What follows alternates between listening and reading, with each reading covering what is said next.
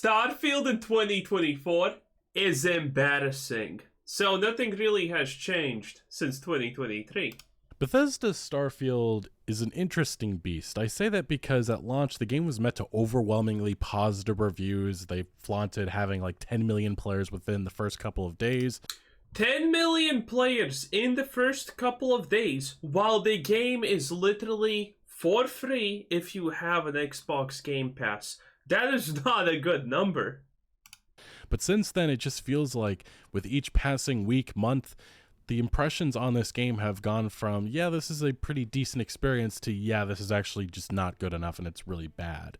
Even in my own... Well, the reality is the game was never even close to good. The trailers looked absolutely atrocious, boring, and stupid. The combat is just lame. The story is non-existent, and where it exists, you wish it didn't exist. It's a space exploration game with no space and no exploration. It's pretty much just a loading screen simulator, honestly, at this point. It's bad in literally anything that you choose. Pick one category, and Starfield will prove to be bad at it.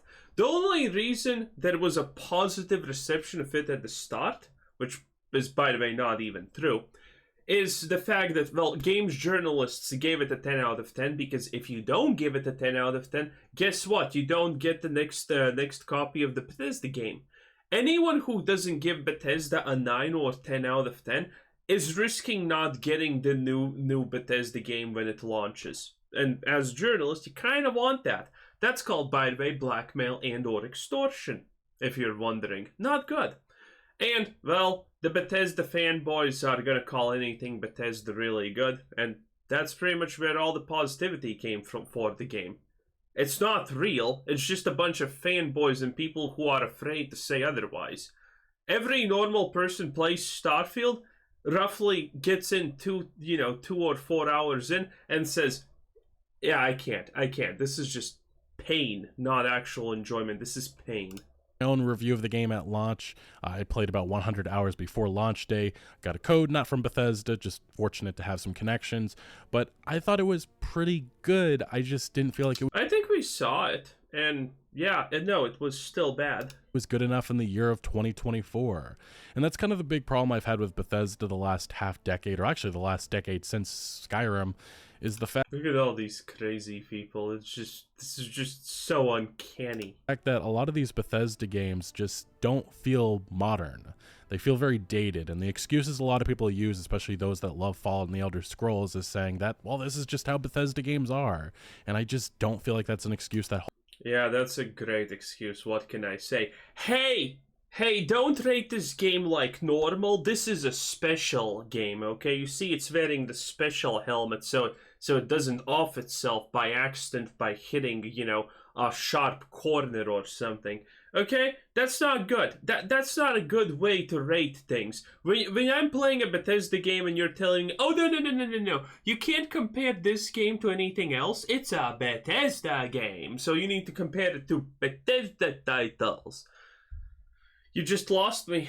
Holds up nowadays, especially when you look at some of the other open world RPGs that are being produced, such as like Cyberpunk with its cutscenes, or even Baldur's Gate 3 with its heavy RPG mechanics and different gameplay elements of those. Oh man, you can't compare Starfield to, any of the good games. Cyberpunk just destroys it. Obviously, Baldur's Gate completely eradicates it. Okay, Starfield is just bad from start to finish. You can't compare it to anything. But I will say that one thing about Starfield that stood out was that it did improve on a lot of the aspects and a lot of the gameplay mechanics that we saw in like Fallout. I mean, the shooter mechanics work a lot better in Starfield. It's just the fact that it doesn't feel good enough, especially with the fact that the main aspect of this game was flying planets. Yeah, people have already said this, and I completely disagree with it. People are saying, oh, Fallout 3 New Vegas had bad shooting mechanics. Yes, I agree. So Fallout 4 is so much better because it has... No, Fallout 4 shooting mechanics are slightly better, but they're still absolute garbage. And Starfield shooting mechanics are, again, this much maybe better, but still absolute garbage. Everything in Starfield either gets killed with one shot, is a bullet sponge or gets stun locked and is a bullet sponge. That's how it works. There's no and or. It's a planet, when you have so many loading screens in between, it really ruins the immersion. And then the fact that you have 1,000 planets, and a lot of these planets just feel extremely empty with so much procedural generation. A lot or every planet. The third cave you enter is gonna already be the same cave that you entered the first time around. The fifth building you enter is gonna be literally the repeat of a building you have already been into. They all are aesthetically literally the same. And maybe there's like a handcrafted location or 5 of them that look unique, and that's pretty much it. Everything else is just a place you have already been in. And the AI really playing a major hand in creating Outpost 1, which you've seen 1,000 times, because it's just copy and pasted. It's another problem I had with Fallout 4 with its Radiant Quest. That's just a design aspect of Starfield that doesn't flow, and it doesn't work for me, and it doesn't work for many others, which is very interesting because Bethesda very much went with that design mantra of we want people to be playing this game for years to come, but it feels like that backfired in big ways because of the fact that a lot of the handcrafted content that was produced just is not good enough, and it's too far apart, especially in terms of these cities, these actual locations, these handcrafted locations, such as New Atlantis or Neon. They're very small and they're too far apart. And yes, a lot of the time you're having to fast travel, and it does ruin immersion, which I think is a major aspect of games like Fallout and Skyrim, the success stories of those games at the very least. But 6 months later, we do have impressions like this. Bro, tell me that was good shooting. Just tell me that was even remotely good shooting. Because it's not. You have impressions like this coming from Paul Tassi. He was one of the most positive reviewers for Starfield. He gave it a 9.5 out of 10 at launch, and he said, was I wrong about it? And that's what I mean. We have a lot of people second guessing themselves as this game. By the way, all of this is lies. This is just people now trying to salvage their reputation, the ones who gave this like a good score out of 10, because you don't need to play this game as, the Bethesda fanboys say, new game plus in 20 more hours and then it's fine. You don't need to do that. No. You can play this game literally for 20 minutes and understand, wow, this is garbage. You don't need more than that. You don't need to dedicate 10 hours to this game. You don't need to get new game plus 5 and then, 30 hours in, because that's when the real game starts. If the real game starts only like 10 hours in, it's still a bad game. And if you play this game for an hour and you think it's bad, congratulations, it is bad. So all these people who said they played it and it's good are just lying. Game has gone on and Bethesda has done pretty much nothing with the game support. But yes, again, the game it does have achievements, not many of them, but it does. One striking observation from a report was that Starfield emerged as the sole single-player game to make it to the top 10 on Xbox and PC in terms of monthly average users, even without PlayStation data due to it not being released on that platform. Which, yeah, that's an achievement for the last couple of months in 2023. And then, yeah, the reviews for Starfield, that's a pretty good review score. I think Fallout 4 was right around that, but the actual impressions on this. If you're comparing Fallout 4 to this garbage dumpster fire, there's something wrong with you. From users is much different. This was 3 months ago, in which the recent reviews, about 7,000 of them, was mostly negative.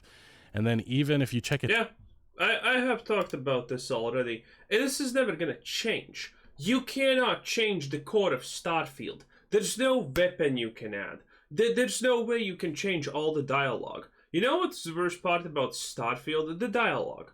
Because every single NPC treats you the exact same. You're never talking to a unique NPC at all. They all treat you the exact same. They treat you like they have known you from kindergarten. They never question you. They're just all exposition dumps. And now, granted, every game has NPCs like that. Every game has situations like that. But Starfield is a never-ending situation of that.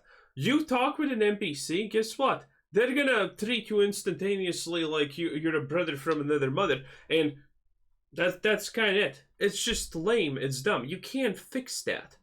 And this is now where the average people are coming in.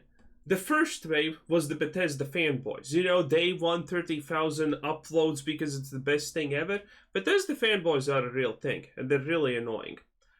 But now it's just the normal people. The ones who don't know what Starfield is or what Bethesda is. The average Joe players are literally coming in and they're playing for less than 2 hours and saying, wow, this is bad. I do not want to play this. And that's it. Starfield will never recover. As time passes, it's gonna go down, down, down, and down. 7,000 of them was mostly negative. And then even if you check it today, it's right now mixed with only 40% of the reviews being positive. And then all reviews, almost 100,000. This video is, by the way, coming after the TV show, which means people are going to play Starfield because it's also a Bethesda game, and that's quite visible. Only 60% of them are positive. That is not good. And there is no just conspiracy about people going against Bethesda because of blah, blah, blah. There is. It's just a lot of people don't feel good about this game. And it's especially a lot of those people that are sticking with this game, trying to see all of the content through. It just doesn't feel good enough, especially when you look at some of the gameplay mechanics, the loading screens, the jankiness. Those excuses just don't hold up in the year of 2024, especially compared to other open world RPGs, which I feel are really setting a new example. And Bethesda just feels like they're flowing in that 2000s era, and it just doesn't work in my opinion. That's why there are concerns for the future of this company, especially in regards to the Elder Scrolls 6 and Fallout 5 inevitably. But yeah, on the most played games on Microsoft, as you can see, we got the list 1, 2, 3, 4, 5. This is Xbox essentially, and this is just telling you how bad of a gaming platform Xbox is. Look at this. Rainbow Six Siege. Now, Rainbow Six is actually a decent game, but it's not popular by any means. And the fact that this is above here on Roblox, aka the kids game, and there you can see NBA 2K24, that's insane! You understand how little games there are that people actually like on Xbox. It's crazy. That's the first 5, 10, 15, 20. I mean, by the way, the PlayStation situation is not better. If you want to be a gamer, just buy a PC, okay? Sell your PlayStation, sell your stupid Xbox. The Game Pass, by the way, is a literal scam. You're losing more money than you actually gain, okay? Unless you are playing 5 different games for free every year for multiple months in a row, the Xbox Game Pass is statistically a scam, and almost no one does it. Maybe someone just buys, plays a game for free on the Xbox Game Pass for once or twice a year. AK, you're getting fleeced, my dude. 25, 30, then finally you get Fallout 76, which has more players right now than Starfield, at least on Xbox, which maybe makes sense because it is a live service. But then you have Fallout 76 always had more players than Starfield. What the hell? Skyrim and Fallout 4 with actual more players than Starfield right now. Maybe that changes with DLC, maybe it does, but right now definitely not the greatest. And Diablo 4 has more players than Starfield. Let that sink in.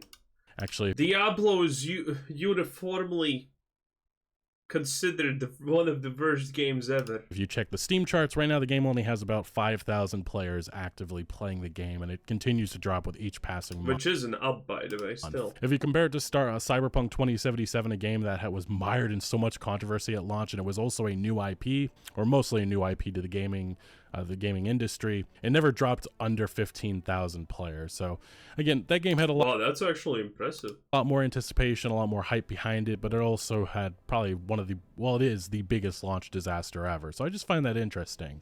And then if you go to Bethesda's history, especially their last game, specifically Fallout 4, in terms of post-launch support, that game got a lot more content right away. Automatron, that was their first big DLC, kind of big. I think there was a quest attached to it, and there was some other new mechanics introduced. March 22nd, 2016. That was about, 4 months after Fallout 4 launched, right around there. And then Wasteland Workshop, that was about another month later, a couple weeks later. Far Harbor in May. Then there was a couple of other smaller DLCs. Yeah, we have heard this. It's pretty simple. Fallout 4 sold enough, and it actually sold enough. Again, Starfield is not selling anything. People are barely playing it when it's literally free on one of the big 3 platforms where people even play games to begin with, okay? So again, 10 million players is complete dog water in this situation. Fallout 4 sold enough to actually justify these things. Starfield is not justifying its existence. DLCs until the final one in August of 2016. And so far, Starfield just has not gotten much. I mean, the people are upset with some of the support that has come about because, yeah, Starfield update misses the mark again with questionable new feature. What is that new feature, you might ask? It's a photo mode. It's a photo mode in which you can do a couple of new options with it. And a lot of people just not understand. It's so funny that this is their big thing, a photo mode. Why is that being the priority right now? And I mean, if you compare Bethesda with how they worked on Fallout 4, it really is kind of disappointing. But if you compare it to other developers like Cyberpunk 2077, although that game had a lot more issues, it took them a lot longer for CD Projekt Red to get that game on the right path, and that took years. And I don't think Starfield's going to get that support. At least I don't think so. But we already know it's not going to get. CDPR Project Red, they absolutely effed up. And now they have the DEI scores. Yeah, they're going broke. Their CDPR Red is absolutely done. I speculated that it looks like they actually could potentially go down under because of the disaster that, Cyberpunk 2077 was. Because it did sell good, but they got sued like 3 times where they probably lost. They lied to investors. They essentially, even with the sales that they did, probably didn't have any money. People did refunds and all of that jazz. And what do you know? They magically survive. Interesting. Is BlackRock now not actually, a major part of what they do? It is. But CDPR, despite that, they actually fixed, the game. They changed a lot of things that people didn't like. They didn't do minor bug fixes. Oh, we fixed the color purple to be more purple. No, that's what Starfield does. They actually did changes. They actually fixed real issues. This is what so far has been produced. There was a digilock, and using the undo no longer costs a digipick. That was one of the mechanics that came about. One of the few quality of life things that came about, and that was recently. Back towards the end of 2023, these were some of the announced stuff that were coming to the game. There was a brightness and contrast controls, HDR calibration menu, FOV slider, DLSS support, ultra-wide monitor support, and an eat button for food. All stuff that probably should have been there. Eat button for food is still not functional, I think, by the way.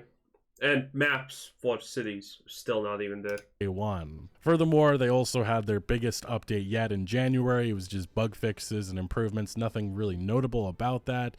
And then there was FSR 3 that was released, I think, earlier on this year. And then there was another update just about a month or so ago in which there was a couple of other improvements again. The photo mode stuff. We're improving the scanner so you can continue to use it to monitor the world around you while harvesting resources or opening doors. And then, again, just a couple of other smaller things. By the way, the scanner is a failure of design. You know why? Because a scanner should not exist. They added a scanner because you can't tell what's actually pick-upable in buildings and what's not, and what's, pick-upable outside and what you should interact with. They just failed so hard in making those distinctions visual cues so people understand it, so they added a scanner.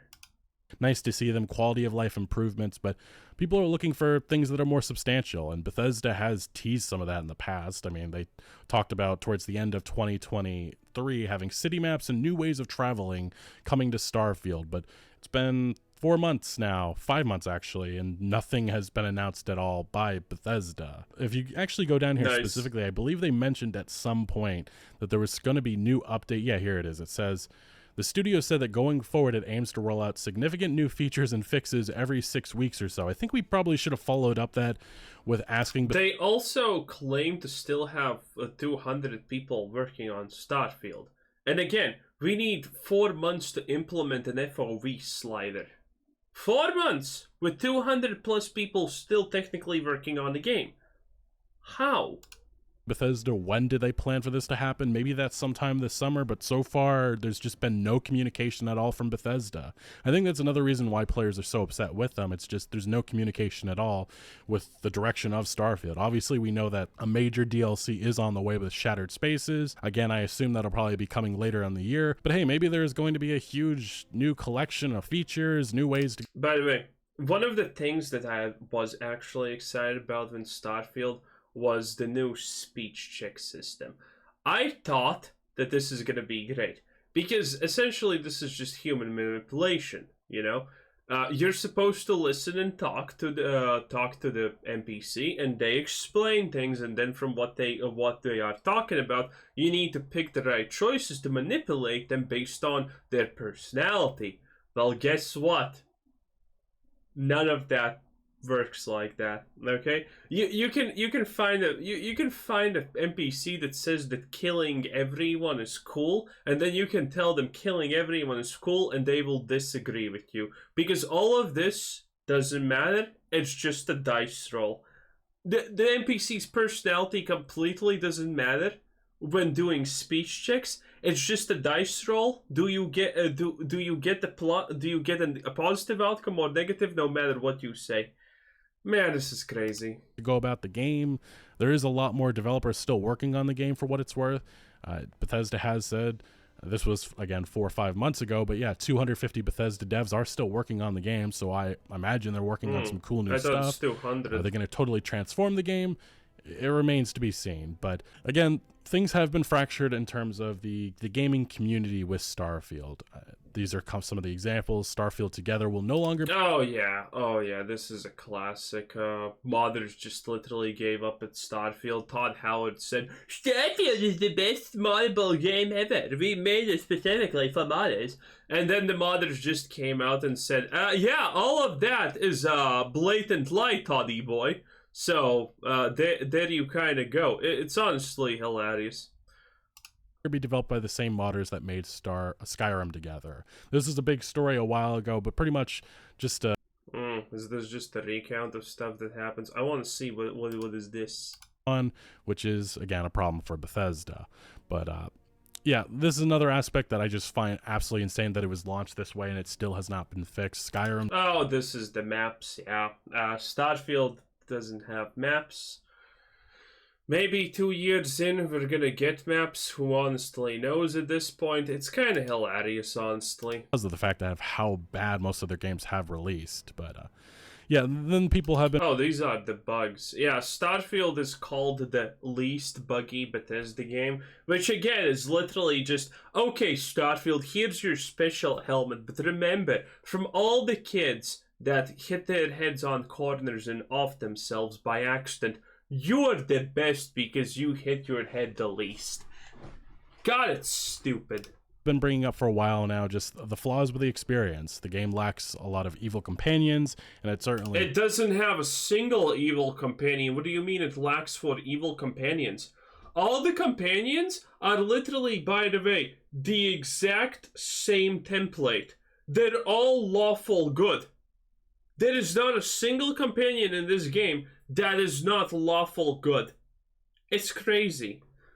The only difference between the companions is essentially that for example, Sarah doesn't like when you steal, which is a problem for me, obviously. And some other companions are more, who cares if you steal? But all of them are literally lawful good. And all of them are boring. Does, especially since you do any sort of neutral evil act in the game, most of your companions absolutely hate you for it, which yikes. And then we do have and then the funniest part is you can piss them off, especially it's especially funny when you piss off Sarah for, you know, slaughtering civilians or whatnot, and she says, you can't do this, and then you do a speed check on her, and it's like, okay, fine, it was an accident, you got me. Well, there's a pile of corpses behind you. It's hilarious. Also, the fact that, by the way, that, you know, at the very start of the game, there's this speech from Sarah that, we are Constellation. We're all unique butterflies roaming through the fields. All of us are different. None of you are different. Literally, none of you are different. This Reddit post, Starfield feels like it's regressed from other Bethesda games. 15,000 upvotes. This was right around launch. I tried liking it, but the constant loading in a space environment translates poorly compared to games like Skyrim and Fallout. With Skyrim and Fallout, you feel like you're in the world and can walk anywhere you want. With Starfield, I feel like I'm contained in a new box every 5 minutes. And that is definitely the case. Everyone says Bethesda missed the mark with no vehicles on planets, but I think the real missed opportunity was no space radio. And that is another thing. It's a small thing, but a lot of the time in these Bethesda games, whether that be Fallout 4 or even Fallout 76, I found myself enjoying just walking around, exploring these maps and having the radio on. And sometimes I put my own music on. Yeah, but there's nothing, to explore in Fallout. That's like a thing. Again, it's a space exploration game without exploration. There's the markers you see on planets are literally it. There's nothing on any planet noteworthy beyond the markers. But having that in-game radio just does feel like it's something that is missing. If I had to take a guess, that's something they'll probably end up working out with the upcoming DLC. But there has been some rather interesting reports and some things that Bethesda has been saying about the game's development, which is a little bit like, it's interesting. Starfield's lead quest designer had absolutely no time and had to hit the panic button so the game would have a satisfying final quest. And this is satisfying. That's the guy, by the way, who went on a Twitter tirade 2 times, in fact, when people said that he's a shit writer. Yeah. He went on the Twitter tirade 2 times to defend himself and his absolute unquestionable genius on how good he is as a writer, and that everyone who doesn't like the childish writings of Starfield is wrong. Great stuff. Great stuff. This specific article, there was some uproar over how it was written, but I just feel like the internal politics and how Bethesda is structured may be causing issues with the development process. The creation of this lengthy final quest was all very last minute, according to former Starfield lead quest designer Will Shen, who left the studio recently, and only came together out of necessity and urgency. He continues, "We were finally at a state in the project where we could play through the whole game, and it became very clear that we were missing the large final location that was going to tie the story together and have a satisfying action-filled payoff. I was both implementing the main quest and leading the quest design team." No, it's dumb. They also tried to go for a Fallout New Vegas style approach where you can just talk your way out of doing things. But in Fallout New Vegas, your chances of talking with Lanius are actually really good because you can do the speech check. But if you misunderstand who Lanius is as a person, and you tell him, "Oh yeah, it's just a retreat because why not?" He's gonna still fight you at the end, even though you succeed with a speed check. But in Starfield, you know how it looks. It's like, yes, you have a point in saying that things bad and things good, and yeah, sure. It's just random. Like, it makes no sense. Nothing you say, nothing you do as a speed check in this game makes sense. So I have had absolutely no time. The entire and the final fight is dumb. Quest design team was already overbooked. Part of the issue, Shen said, was the sheer size of the team working on Starfield. Skyrim had 100 people, which made Series X gameplay a week ago. Okay. Collaboration between different departments easier. See, this is why you don't buy an Xbox or a PlayStation. That team size grew to about 150 for Fallout 4, then 350 for Fallout. Dude, this is still painful. I'm just gonna skip. Development. Ex-Bethesda developer says Starfield could have focused on 24 solar systems, but people love our big games, so let's go ahead and let them have it. This was, I think, a lot of people's takeaway after playing Starfield. If Bethesda had stuck to maybe just one solar system and just had built so much handcrafted content on these planets. I don't agree with this. The RNG content is not actually the problem. I think people misunderstand this.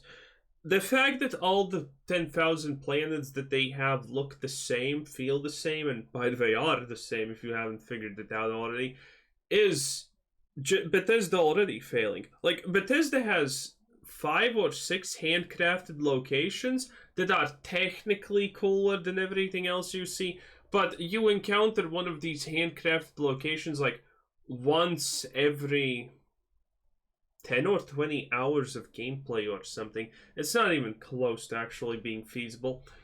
And, well, again, they only have like 5 or 6 handcrafted locations in the entire game. And the RNG would not be that bad for Starfield, the RNG generation, if it was actually RNG generation. But the problem with Starfield's map and locations and RNG generation is very simple. There's just not enough permutations. There's like 3 different ways that caves can be. Again, you enter your 3rd cave, you probably already recognize elements for the 1st and 2nd cave that you have been in. It's just that bad. And locations. You have been in 5 different locations in Starfield. Congratulations, you have been in all of them. There's just not enough RNG tiles to make Starfield's exploration work. It needs like, a 0 or maybe 2 zeros of extra tiles, and then it could work. And allowed people to seamlessly go planet to planet. It probably would have worked a lot better. And it does appear that Bethesda, they specifically did not want to do that. As this ex-Bethesda dev and Skyrim's lead designer Bruce Nemsmith, who worked a little bit on Starfield earlier on before he left the company, suggests a more condensed galaxy was on the table, only if for a moment. There's a lot of discussion about the scope of the game. At one point, I said I bet this game would be a lot better if we restricted ourselves to about 24 solar systems. However, the team saw an opportunity to leverage procedural generation, which was one of the worst aspects of Fallout 4, and I think Skyrim had a little bit of it, to cut down on the workload of going even bigger. Once you've done 1 solar system, doing 100 is not really adding to your work all that much, although the problem is that it's just empty planet after empty planet, and it's just not enjoyable to go to the same space rock just with a little bit of a different color. I guess that's the best way I can describe it. He does continue. He goes on to list the types of planets players might want to explore, then remarks, just doing our own solar system, all the variety that you have to have that, you've done 90% of the work for the rest of it. I guess, but he remarks that the team decided people love our big games, they love that open area to explore, so let's go ahead and let them have it. However, even Nesmith admits that most of the game's core meat is locked to a few dozen systems. Even then, they're too far apart. Todd pretty much pulled the number 100 for the number of star systems out of thin air, but the more we went on, the more it was like, okay, so the core activity all takes... Hey, at least Todd Howard finally did something useful. He pulled out the number out of his ass and didn't pretend that it wasn't out of there. Place in these 2 dozens in the settled system region. Yeah, I feel like this is it. Man, what... Dude, Starfield is just such an absolute disappointment. Anyway, that's it. That was a Legacy Killer HD. Great stuff. Fallout, boys. Fallout. What a great thing. What a great thing. Have a nice day. Bye-bye.